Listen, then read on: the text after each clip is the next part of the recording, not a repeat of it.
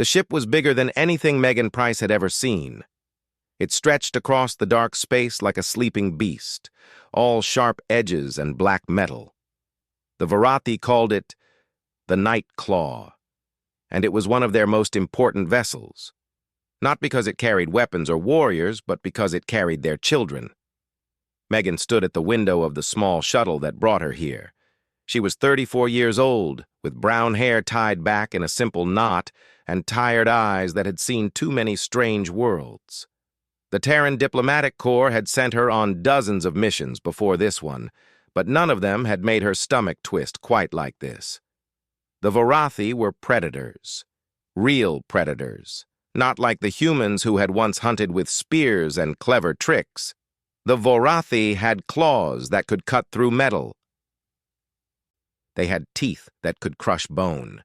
They stood almost 8 feet tall and had 4 arms that ended in fingers sharp as knives. Their scales were black as the space between stars, and their eyes glowed like amber fire. They had conquered 11 star systems before they met humanity. 11 entire civilizations had fallen beneath their claws. And now Megan was going to live on their ship for 6 months, teaching them about human culture so that the two species could work together. She took a deep breath and stepped off the shuttle. The docking bay was cold and smelled like metal and something else, something wild and animal that made the primitive part of her brain want to run. Varathi warriors stood along the walls, watching her with those burning eyes. None of them moved. None of them spoke. They just watched, the way a cat watches a mouse. A single Varathi walked forward to meet her. This one was female. Megan could tell from the slightly smaller build and the pattern of scales on her face. She wore a simple gray uniform that marked her as a ship officer. "I am Second Commander Thessa," the Varathi said. Her voice was deep and rough, like stones grinding together. "You are the human called Megan Price." It was not a question, but Megan nodded anyway. "Yes. Thank you for allowing me aboard your vessel." Thessa made a sound that might have been a laugh or might have been a growl. "The High Matriarch has decided to allow this. I do not understand why, but I obey. You will follow me. I will show you where you will sleep and eat. You will not go where you are not allowed. You will not speak to the cubs unless given permission. You will not cause trouble." "I understand," Megan said. She followed Thessa through the ship, trying to memorize the turns and corridors. Everything was built for creatures much larger than her. The doorways were tall and wide, the ceilings vanished into shadow above her head, the lights were dim, suited for eyes that could see in near darkness, and everywhere, there were Varathi. Warriors in black armor, workers in gray uniforms, officers with marks of rank painted on their scales. All of them stopped to stare at her as she passed. She was probably the first human most of them had ever seen. Megan kept her back straight and her face calm. She had learned long ago that predators could smell fear. Whether that was actually true for the Varathi, she did not know, but she was not going to take chances. Her quarters were small but clean. A bed that was too hard and too big, a desk with a computer terminal, a window that looked out into the stars, a door that locked from the inside, which made her feel slightly better. "The morning meal is served at the 6th hour, Thessa said. "You will eat in the officers' section. Do not be late. The High Matriarch will meet with you tomorrow. Until then, stay in your room." And then she was gone, and Megan was alone. She sat on the bed and let out a long breath. Her hands were shaking slightly. She pressed them flat against her legs and made them stop. This was going to be harder than she had thought. She spent the rest of the day reading through her mission briefing and unpacking her small bag of personal items. She had brought very little: some clothes, a tablet loaded with books, a small photograph of her parents back on Earth, a yoga mat that she had rolled up tight and stuffed into the bottom of her bag. The yoga mat was important. Megan had practiced yoga and stretching every morning for 15 years. It kept her flexible and calm. It helped her think. On strange worlds with strange creatures, her morning routine was the one thing that stayed the same. She slept badly that night. The bed was too firm, and the ship made strange noises, deep groans and high whines that her translator could not explain. Every time she started to drift off, some new sound would jerk her awake. Finally, she gave up on sleep. According to her tablet, it was still 2 hours before the morning meal. The ship was quiet. Most of the Varathi were probably still sleeping. Megan pulled on comfortable clothes and unrolled her yoga mat. There was not much space in her room, but she did not need much space for basic stretches. Then she had a thought. Thessa had told her to stay in her room, but that was yesterday. Surely a little exploration before breakfast would not cause any problems, and she had noticed an observation deck on the way to her quarters, a large room with wide windows that looked out at the stars. She wanted to see those stars while she stretched. It would help her feel less trapped. Megan rolled up her mat, tucked it under her arm, and slipped out into the corridor. The ship was different in the quiet hours. The lights were even dimmer, just enough to see by. The air was cooler. Her footsteps echoed on the metal floor, and she tried to walk softly. She found the observation deck without trouble. It was empty, as she had hoped. The windows stretched from floor to ceiling, and beyond them 1,000,000 stars burned in the endless dark.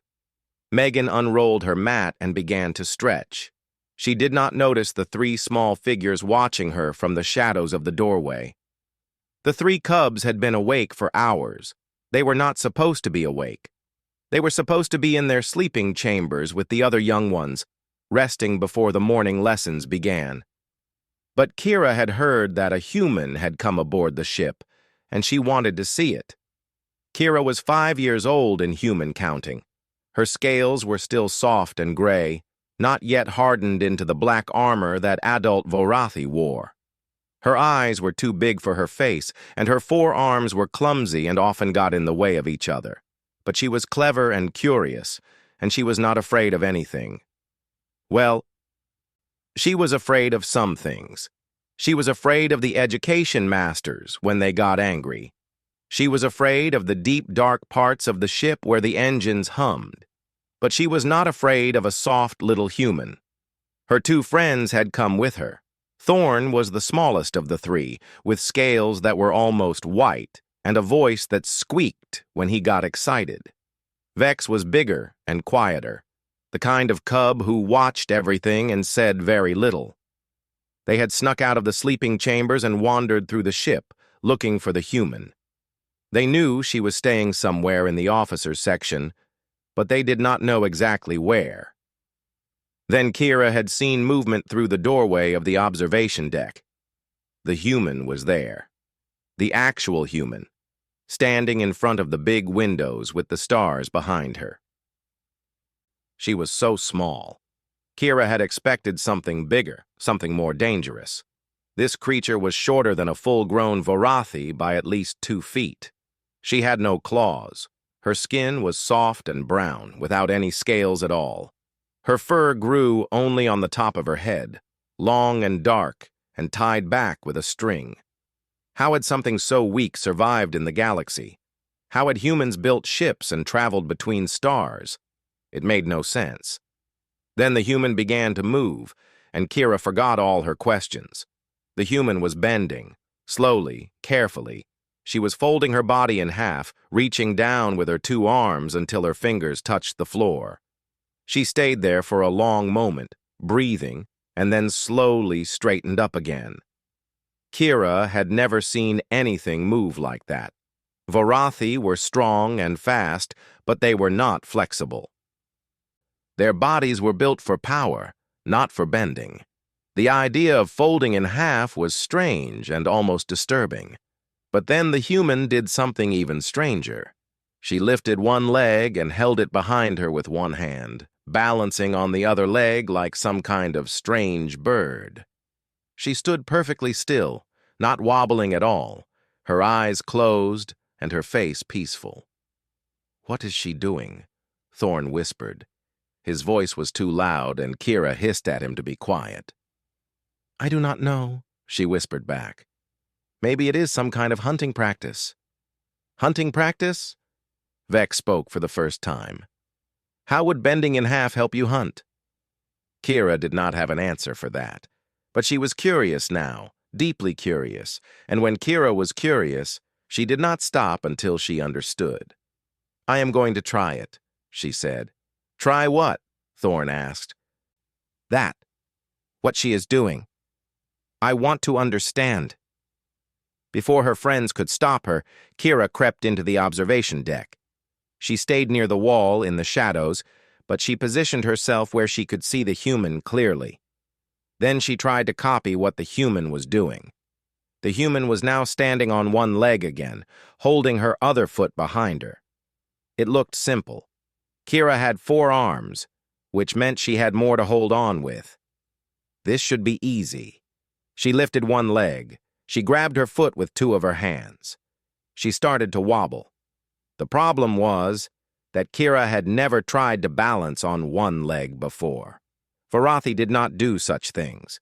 Her body did not know how to find its center. Her other 2 arms windmilled wildly as she tried to stay upright. She crashed into Thorn. Thorn yelped and fell sideways into Vex. All 3 cubs went down in a pile of flailing arms and legs and tails, making enough noise to wake half the ship. Kira found herself at the bottom of the pile, with Thorn's elbow in her face and Vex's tail wrapped around her leg. She hissed and tried to push them off, but they were all tangled together and none of them could figure out which limbs belonged to which cub. Then she heard a sound she did not recognize. The human was making noise. Short, sharp sounds that came from her throat over and over again. Her shoulders were shaking. Her eyes were crinkled at the corners. Her mouth was open, showing flat white teeth that were nothing like Varathi fangs. The human was laughing. Kira froze. She knew what laughing meant. Her teachers had told her about it. In Varathi culture, baring your teeth while making loud sounds was a threat. It meant you had won. It meant your enemy was beneath you. The human was mocking them. Shame burned hot in Kira's chest. She finally managed to untangle herself from her friends and scrambled to her feet, her scales flushing dark with embarrassment. Thorn and Vex got up behind her, both of them looking terrified. They had been caught sneaking around the ship in the early hours, caught spying on the human visitor, caught falling over each other like newborn cubs who could not even walk properly. The education masters would be furious. They might even tell the High Matriarch herself. Kira prepared herself for anger, for shouting, for punishment. But the human did something unexpected. She stopped laughing. Her face changed, softening into an expression that Kira did not understand. Then she lowered herself down, bending her legs until she was sitting on her heels, her eyes at the same level as the cubs.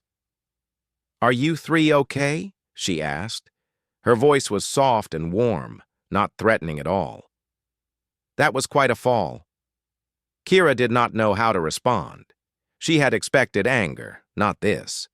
The human was looking at her with something in her eyes that might have been concern, and Kira did not know what to do with concern from prey.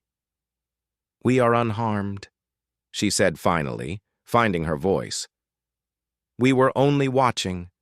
We did not mean to disturb you." "You did not disturb me," the human said. "I was just surprised. I did not know anyone else was awake." She tilted her head slightly, studying the 3 cubs with obvious curiosity. "Were you trying to copy what I was doing?"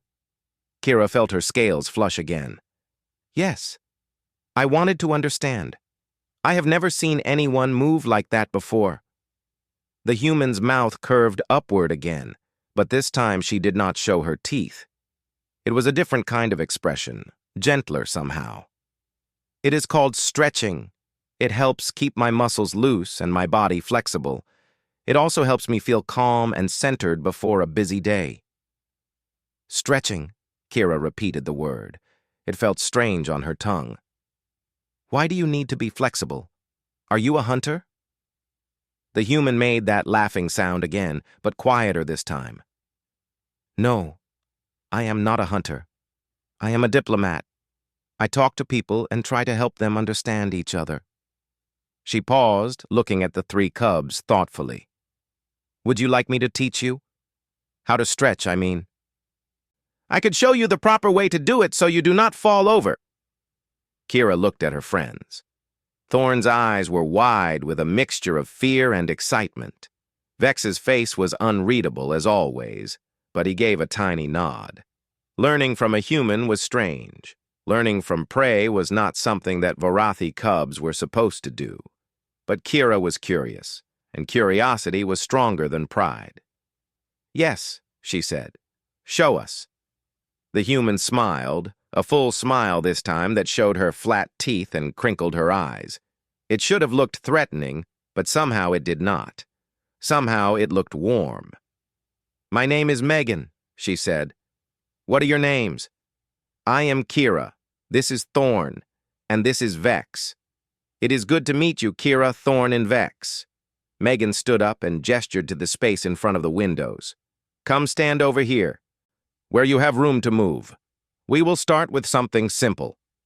And so, in the quiet hours before dawn, with a million stars watching through the windows, 3 Varathi cubs learned their first lesson from a human.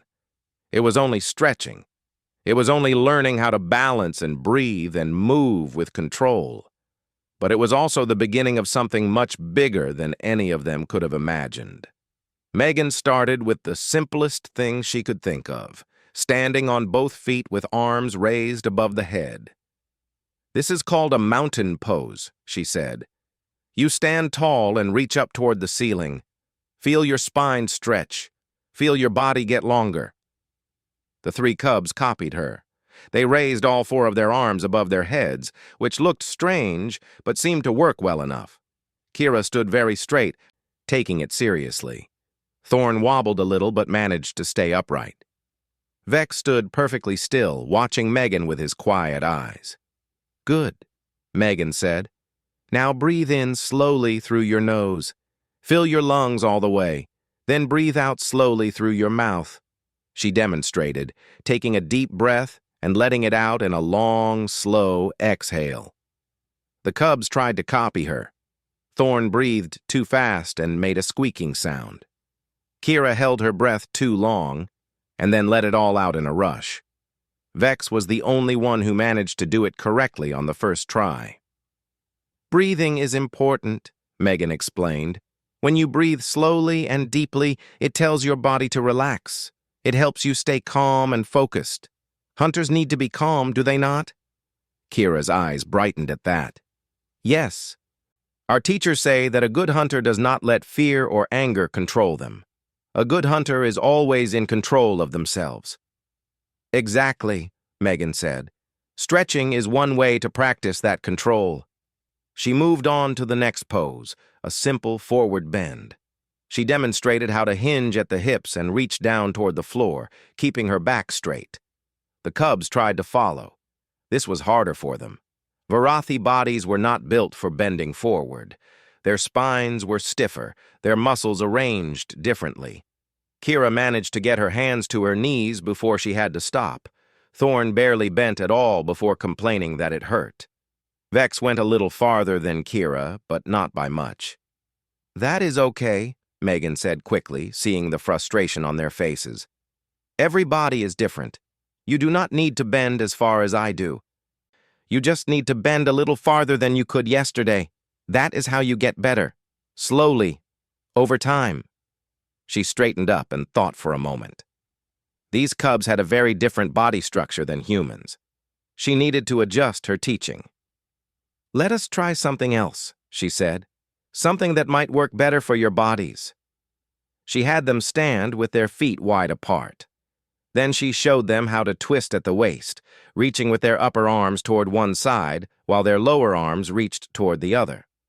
It was a movement that used all 4 of their arms, and it seemed to come more naturally to them. Kira twisted back and forth several times, a look of concentration on her young face. This feels strange, she said, but also good. like my muscles are waking up." "That is exactly right," Megan said. "When you stretch, you wake up parts of your body that might have been sleeping. You remind them that they can move." They practiced for almost an hour. Megan taught them simple balance exercises, standing on one foot while holding onto a wall for support. She taught them neck rolls and shoulder shrugs. She taught them how to stretch their arms across their bodies, which was particularly interesting with creatures who had 4 arms to stretch. The cubs fell down many times. Kira fell when she tried to balance without holding the wall. Thorn fell when he got too excited and moved too fast. Vex fell only once, but he made such a surprised face when it happened that even Megan had to fight not to laugh. Each time one of them fell, Megan helped them back up. "Falling is not failure," she told them. "Falling is how you learn. Every time you fall, you learn something about your body. You learn what not to do next time. The only real failure is giving up." Kira looked at her strangely when she said this. "Our teachers do not say that. Our teachers say that falling is weakness, that we must be strong and never show weakness." Megan thought about how to respond to that. She did not want to contradict the cubs' teachers, but she also did not believe that falling was something to be ashamed of. "Strength is important," she said carefully. "But there are many kinds of strength. There is the strength to knock down an enemy. But there is also the strength to get back up when you have been knocked down. Both kinds of strength matter." Vex spoke for only the second time since they had met. "Which kind of strength do humans have?" Megan smiled at him. "Humans are not very good at knocking down enemies. We are small and soft, as you can see. We do not have claws or fangs or scales. But we are very, very good at getting back up. No matter how many times we fall, we get back up and try again. That is how we have survived." The cubs were quiet for a moment, thinking about this. Megan could almost see the ideas moving behind their amber eyes, strange new thoughts that did not fit with what they had been taught. Then a loud chime echoed through the ship. The morning meal was about to begin. "We have to go," Kira said, sudden worry in her voice. "If the education masters find out we snuck out, we will be in trouble." "Then you should hurry," Megan said. "But maybe we could do this again tomorrow. Same time, same place?" Kira hesitated. Megan could see the conflict on her face. The cub wanted to come back, wanted to learn more. But she was also afraid of breaking the rules, afraid of being caught. "I do not know," Kira said. "Maybe." And then the 3 cubs were gone, hurrying out of the observation deck and disappearing into the corridors of the ship. Megan stood alone among the stars, rolling up her mat. She should probably be worried. She had just spent an hour teaching Varathi cubs without permission. If the wrong person found out, it could cause problems for her mission. But somehow, she could not bring herself to regret it. Those cubs had reminded her of something she had almost forgotten. The curiosity of children was the same everywhere, in every species. The desire to learn, to explore, to understand. It crossed all boundaries of biology and culture. Those 3 young predators had looked at her with the same eager eyes as any human child learning something new. Maybe that was the key, Megan thought. Maybe the way to build bridges between species was not through formal meetings and diplomatic protocols. Maybe it was through something as simple as teaching children how to stretch. She finished rolling up her mat and headed toward the officers' dining hall. She was hungry, and she had a long day ahead of her. But she found herself hoping that Kira and her friends would come back tomorrow. Later that evening, after a long day of meetings and orientations, Megan returned to her quarters and found something waiting outside her door. It was a small piece of metal, roughly the size of her palm, with crude symbols scratched into its surface. She picked it up and studied it, trying to understand what it was. Then she realized. It was a Varathi thank you token. She had read about them in her briefing materials. Cubs made them when they wanted to express gratitude, scratching personal symbols into scrap metal and leaving them as gifts. Someone had left this for her. One of the cubs, probably. Maybe all three of them working together. Megan held the little piece of metal in her hand and smiled. Tomorrow, she decided. Tomorrow she would be in the observation deck before dawn, mat unrolled and ready, and she would wait to see if her new students came back for their second lesson. They came back the next morning, and the morning after that, and the morning after that. By the end of the first week, Kira, Thorn, and Vex were not the only cubs in the observation deck. They had told their friends. Their friends had told other friends. Word spread through the nursery sections of the Nightclaw like fire through dry grass. The human does strange exercises in the early morning. She teaches anyone who wants to learn. She does not yell when you fall down. She helps you get back up. On the 8th day, Megan arrived at the observation deck to find 23 cubs waiting for her. She stood in the doorway, staring at the crowd of small predators. They stared back at her with their amber eyes, some curious, some nervous, some trying very hard to look unimpressed. Kira stood at the front of the group, practically bouncing with excitement. "I told them they could come," Kira said. "You said you would teach anyone who wanted to learn. They want to learn." Megan looked at the sea of gray-scaled faces. 23 children of an apex predator species, all watching her, waiting to see what she would do. She took a deep breath and smiled. "All right," she said. "Everyone find a space where you can spread your arms without hitting anyone else. We are going to start with basic breathing." The next hour was chaos. Wonderful, exhausting, hilarious chaos.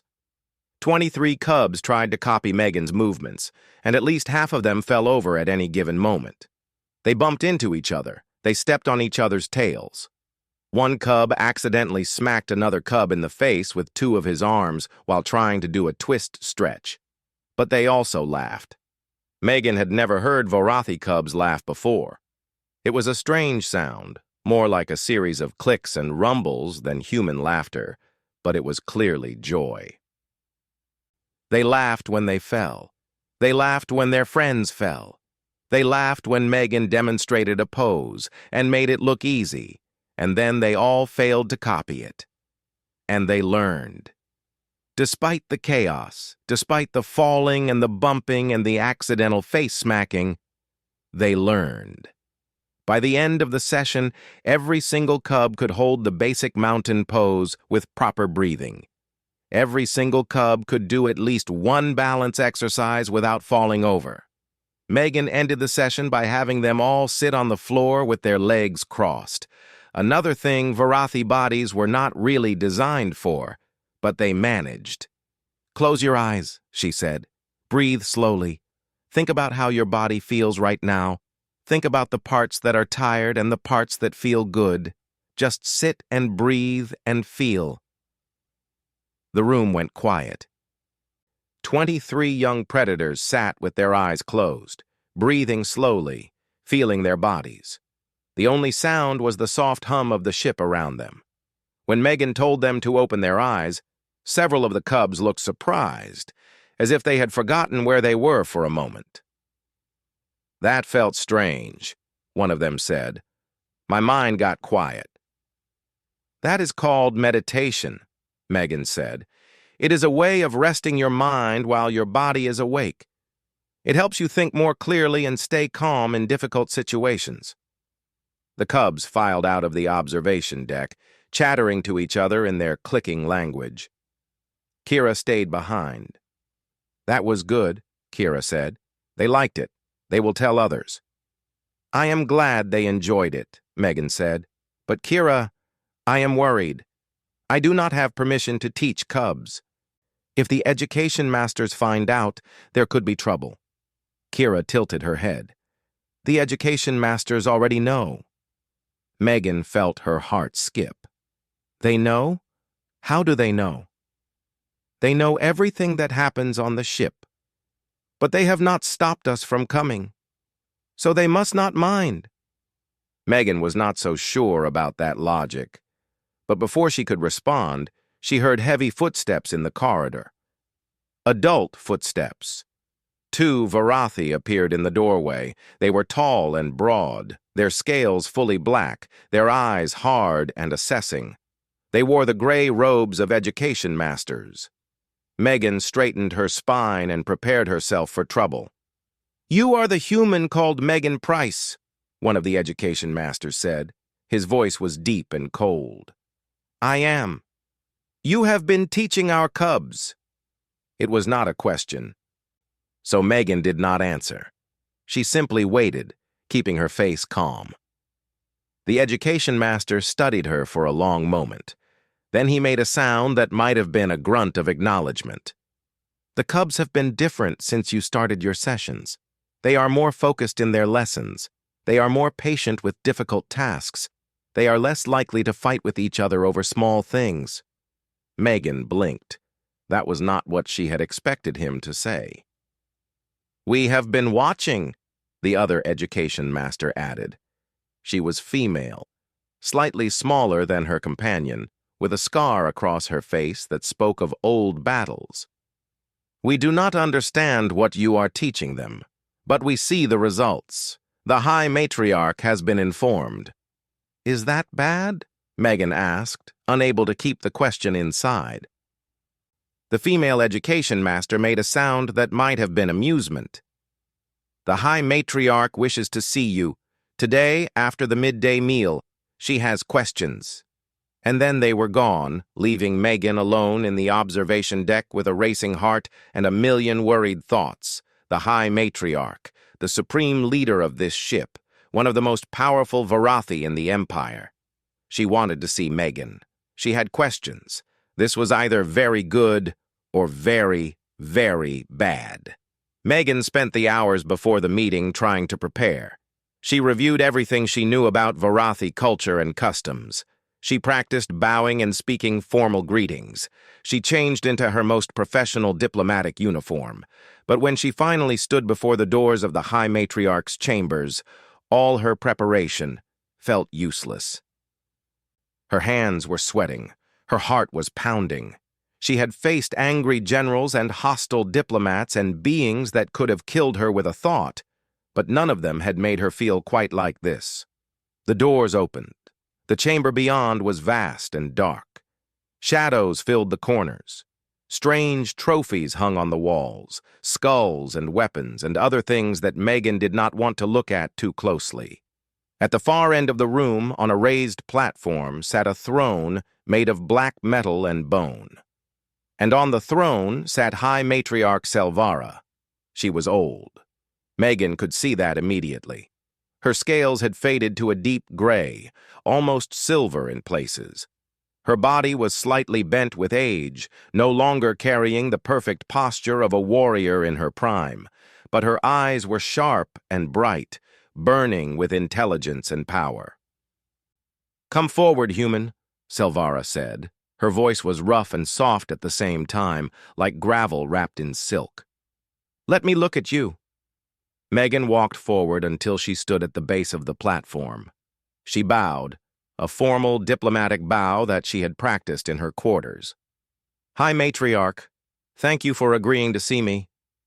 Selvara waved one of her 4 hands dismissively. "I did not agree to see you. I commanded you to come. There is a difference."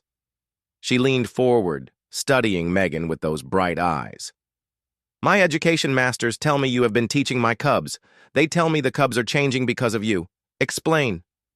Megan took a deep breath. "I have only taught them simple stretching exercises, High Matriarch, movement and breathing techniques that help with flexibility and focus. I did not intend to change them. I only meant to share something that I find helpful." "And why do you find it helpful? What does stretching do for a creature like you?" Megan thought carefully before answering. "It helps me control my body. It helps me control my mind. When I stretch and breathe slowly, I become calmer and more focused. I can think more clearly. I can respond to situations instead of reacting to them." Selvara was silent for a long moment. Her claws tapped against the arm of her throne, a slow rhythm that filled the quiet room. "We Varathi are strong. she said finally. "We are powerful. We are hunters and warriors and conquerors. But we have always struggled with patience, with stillness, with the kind of control you describe." She tilted her head, her eyes never leaving Megan's face. "You have given my cubs something that our own teachers could not. You have shown them that power does not always mean motion, that strength can exist in stillness." "I did not mean to overstep," Megan said carefully. "If I have done something wrong, I apologize." "Wrong?" Selvara made a sound that was definitely laughter, though it sounded like rocks tumbling down a mountain. "You have done nothing wrong, human. You have done something remarkable. You have taught young predators that there is more than one way to be strong." She stood from her throne and walked down from the platform. Up close, she was smaller than Megan had expected, shrunk with age, but she still radiated power like heat from a fire. "Continue your teaching," Selvara said. "I will send word to the education masters. Your morning sessions are now official. All cubs who wish to attend may attend." She paused, something shifting in her ancient eyes. "And I think, perhaps, I will attend as well. These old bones could use some stretching." Megan stared at her, not quite believing what she was hearing. "You, High Matriarch?" Selvara smiled. It was a terrifying expression, all teeth and predator instinct, but somehow also warm. "Even old hunters can learn new tricks, Megan Price. Even apex predators can grow." 5 years passed. The Nightclaw returned to Vorathi space, and Megan returned to Earth. She wrote reports about her mission. She gave lectures at diplomatic academies. She told stories about the cubs she had taught, about Kira and Thorn and Vex and all the others who had fallen over each other trying to stand on one leg. People listened politely. They smiled at the funny parts. But most of them did not really understand what had happened on that ship. Most of them thought it was just a nice story about a diplomat who made friends with some alien children. They did not understand that seeds had been planted. They did not understand that those seeds were growing. On Vorathi ships across the Empire, cubs began to stretch in the morning. They had learned from cubs who had been on the Nightclaw, who had learned from Megan.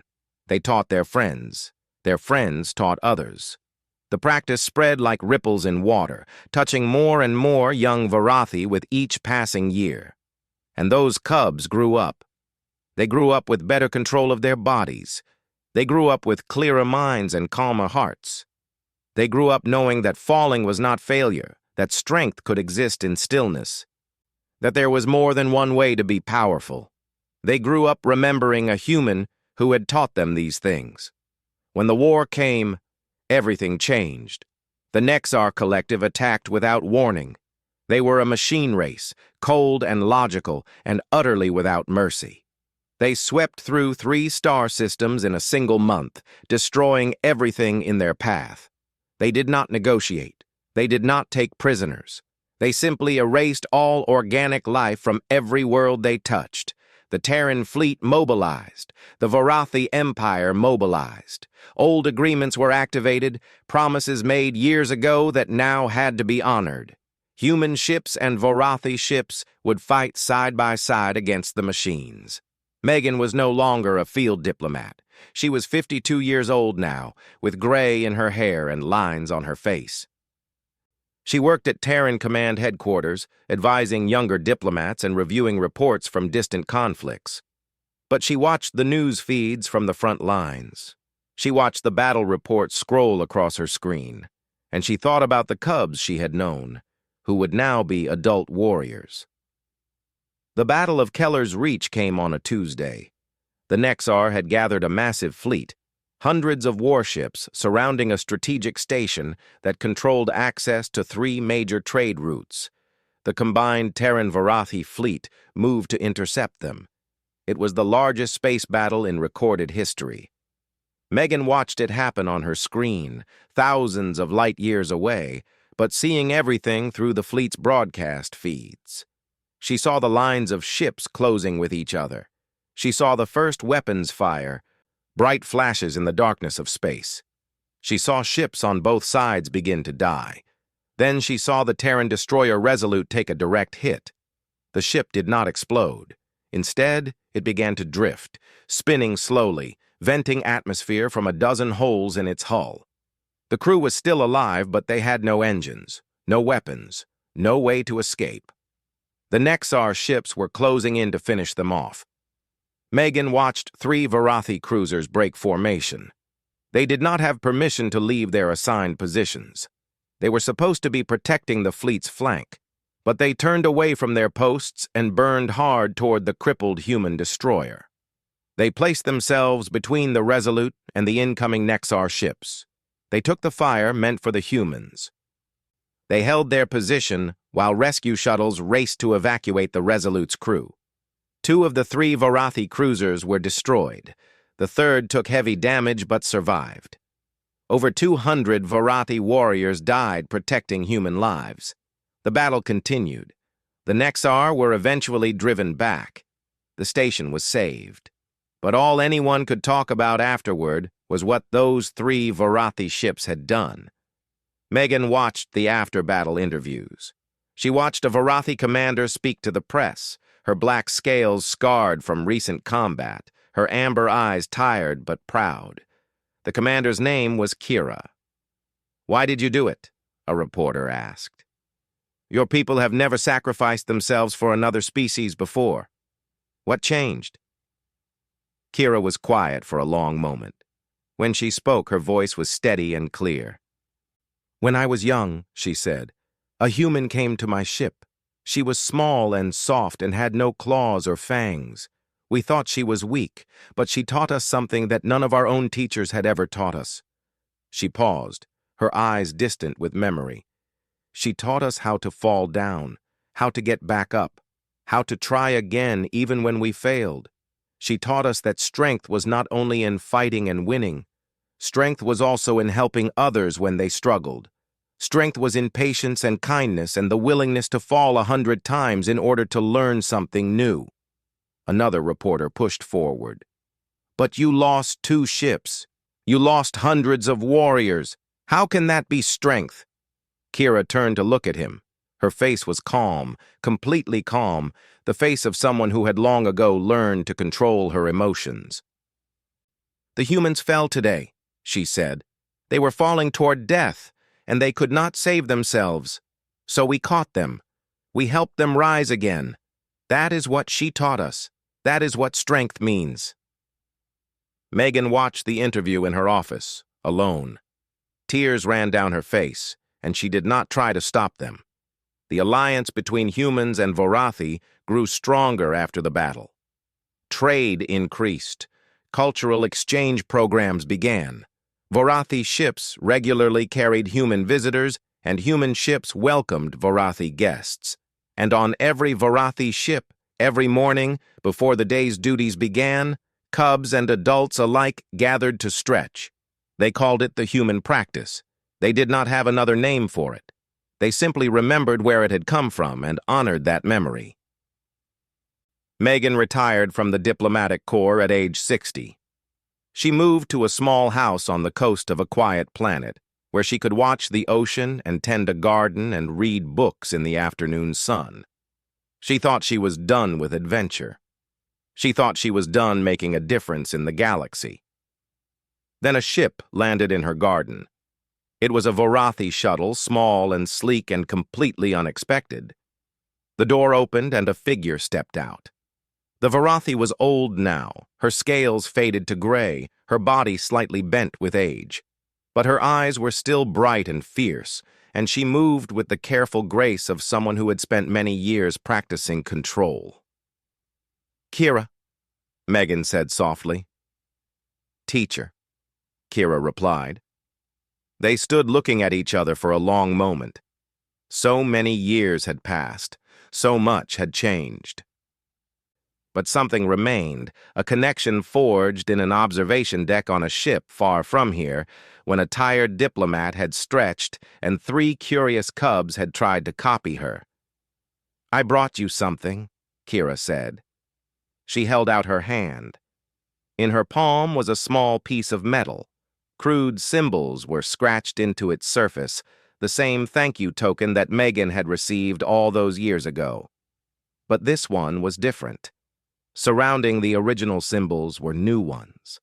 Hundreds of them, scratched by hundreds of different hands. "Every cub I have ever taught has added their mark," Kira said. "Every warrior who learned from those cubs has added theirs. This token has traveled through the Empire, and everyone who carries the practice has touched it." Megan took the piece of metal. It was warm in her hand, warm from being held by so many. "Why?" she whispered. Kira smiled. It was still a predator's smile, full of teeth and fierce pride, but it was also something else, something softer. "Because you taught us to fall," Kira said, "and then you taught us to rise. The Varathi will never forget that. We will never forget you."